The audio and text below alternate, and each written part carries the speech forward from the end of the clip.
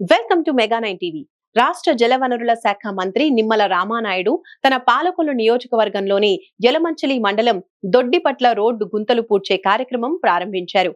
వచ్చే సంక్రాంతి నాటికి 600 కోట్లతో గుంతల రహిత ఆంధ్రప్రదేశ్ లక్ష్యంగా ఎన్డీఏ ప్రభుత్వం పనిచేస్తుందని ఆయన తెలిపారు. సాక్షి ప్రకటనకు ఖర్చు పెట్టిన 300 కోట్ల రూపాయలు కనీసం రోడ్లకు జగన్మోహన్ రెడ్డి ఖర్చు పెట్టి ఉంటే గత 5 సంవత్సరాల పాలనలో అధ్వానమైన రోడ్లతో ప్రమాదాలకు గురై ప్రజలు ఆసుపత్రి పాలు కాకుండా ఉండేవారు అన్నారు. జగన్ పాలనలో మ్యాప్ ని చూసి కాకుండా గుంతల రోడ్లను చూసి ఏపీ రాష్ట్రాన్ని గుర్తించే స్థాయికి జగన్ దిగజార్చారు అన్నారు.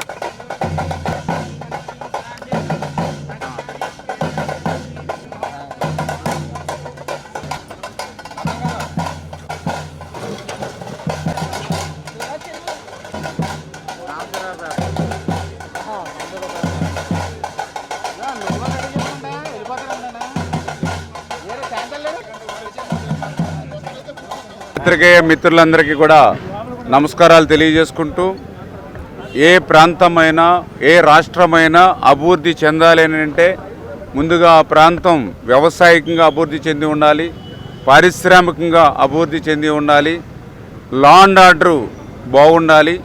వీటన్నిటితో పాటుగా అక్కడ ఏదైతే రోడ్లు రహదారులు కూడా బాగుండాలి. ఇవన్నీ బాగుంటేనే ఆ ప్రాంతం రాష్ట్రం అభివృద్ధి చెందుతుంది.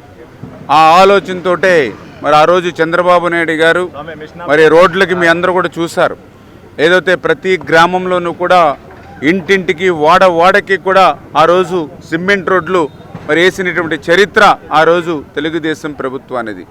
అదేవిధంగా ఏదైతే గ్రామాల నుంచి మండలానికి, మండలాల నుంచి జిల్లాకి కూడా లింక్ రోడ్లను సైతం అభివృద్ధి చేసింది మన తెలుగుదేశం పార్టీ గతంలో.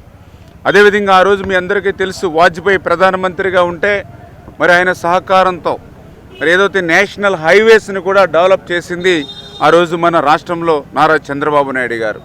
ఎందుకంటే ఆ రోజు మీ అందరికీ తెలుసు, ఒక విశాఖపట్నం పోవాలని అంటే మరి నాకు తెలుసుండి 12 నుంచి 18 గంటల సమయం పట్టేది. ఎక్కడికక్కడ దాబాల్లో ఆగిపోయి ప్రతి 6 గంటలకి ఒక్కొక్క 2 గంటలు మరి భోజనాలు చేసి టిఫిన్లు చేసి వైజాగ్ చేరుకునేవాళ్ళం. కానీ ఈరోజు అటువంటి పరిస్థితి లేకుండా 5 గంటల్లో విశాఖపట్నం చేరుకోగలుగుతున్నామంటే, మరి 7-8 గంటల్లోనే మనం హైదరాబాద్ చేరుకోగలుగుతున్నామనంటే, ఇట్లా హైవేస్ 4 lanes 6 lanes ఆ రోజు వాజ్పేయి గారి సహకారంతో ఆ రోజు చంద్రబాబు నాయుడు గారు అభివృద్ధి చేశారు. మరి దురదృష్టం తర్వాత వచ్చినటువంటి జగన్మోహన్ రెడ్డి 5 సంవత్సరాల్లో ఎంత అన్యాయం అనంటే, జనరల్గా ఆంధ్రప్రదేశ్ రాష్ట్రం ఎక్కడ ఉంది అని పిల్లల్ని అడిగితే ఏదైతే ఆంధ్రప్రదేశ్ మ్యాప్లో చూసి, అంటే ఏదైతే వరల్డ్ మ్యాప్లో కానీ లేదా ఇండియా మ్యాప్లో కానీ చూసి ఏపీని గుర్తిస్తాం మామూలుగా ఏపీ ఎక్కడుందో. కానీ జగన్మోహన్ రెడ్డి పాలనలో మ్యాప్ అవసరం లేదు, రోడ్లను బట్టి చూసి ఓకే ఇది గుంతల రోడ్లు వచ్చినాయి అంటే ఇది ఆంధ్రప్రదేశ్ రాష్ట్రం అని గుంతలను బట్టి రాష్ట్రాన్ని గుర్తించేటువంటి స్థాయికి జగన్మోహన్ రెడ్డి దిగజార్చినటువంటి పరిస్థితి, దుస్థితి. ఎంత అన్యాయం అనంటే గత 5 సంవత్సరాలు నేను చూశాను. ఆ గుంతల రోడ్లలో పడి ఎంతోమంది ప్రాణాలు, నా పాలకొల్లులో కూడా నాకు తెలుసున్న వాళ్ళు 5-6 గుంతల్లో పడి హెడ్ ఇంజరీ అయి చనిపోయినటువంటి పరిస్థితి ఉన్నారు. ఎంతోమంది ఆసుపత్రులకు వెళ్ళి గాయాలు పడినటువంటి పరిస్థితి ఉన్నారు. ఎన్నో వాహనాలు రిపేర్లు అయిపోయి జేబులు గుల్లపడినటువంటి పరిస్థితి ఉంది. ఇటు ఆటోల దగ్గర నుంచి, కార్ల దగ్గర నుంచి, మోటార్ సైకిల్ దగ్గర నుంచి ఆఖరికి ఆర్టీసీకి సైతం మరి వీల్స్ సిరిగిపోయినటువంటివి ఎన్నో మనం చూసాం. ఆ రకంగా మరి ఎన్నో వ్యయ ప్రయాసాలతోటి, ఇబ్బందులతో, కష్టాలతో ఉన్నటువంటి ఈ రాష్ట్రానికి మళ్ళీ మంచి రోజులు వచ్చాయి. అందుకే మళ్ళీ ఈరోజు మరి దగ్గర 800 కోట్ల రూపాయలు పెట్టి ఏదైతే ముందు గుంతలు లేకుండా మరి రోడ్లు ఉండాలనేటువంటి ఆలోచనతో రేపు సంక్రాంతి లోపుగా ఈ యొక్క గుంతలు లేనటువంటి ఆంధ్రప్రదేశ్ని చూపించాలనేటువంటి ఆలోచనతో మరి అటు చంద్రబాబు నాయుడు గారు, అటు పవన్ కళ్యాణ్ గారు, వీరిద్దరికీ తోడుగా నరేంద్ర మోడీ గారు ఇచ్చినటువంటి నిధుల సహకారంతో ఈరోజు ఈ గుంతలు లేనటువంటి రోడ్లని ఈవేళ ప్రారంభించుకుంటున్నాం ఆంధ్రప్రదేశ్ రాష్ట్రంలో. రేపు సంక్రాంతి లోపుగా ఈ గుంతలు లేనటువంటి రోడ్లను నిర్మాణం చేయాలని చెప్పేసి కూడా అధికారులను కూడా ఆదేశించడం